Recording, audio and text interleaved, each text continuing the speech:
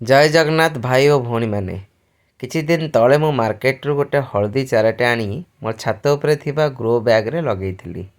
Jar पत्र आमे प्रथमाष्टमी दिन आमर एंडुरी पिठा देरे यूज करथिलु। आउ आज आमे देखिया चाहूँ से हळदी से जगार केते हेइछि। आसुन भाई मैंने देखिबा केते बढ़िया हळदी हेइछि, जोटा कि मु आज निज छात उपरे बसी खोलिके बाहर करथिली।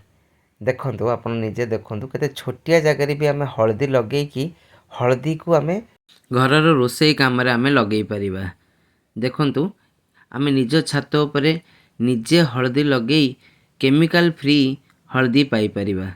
आ आपण माने जानिचंते हळदी देह पई बहुत भल, बहुत यूसेज आर अछि, जहार केते पेट बीमारी भल हो जाई थाई पारे।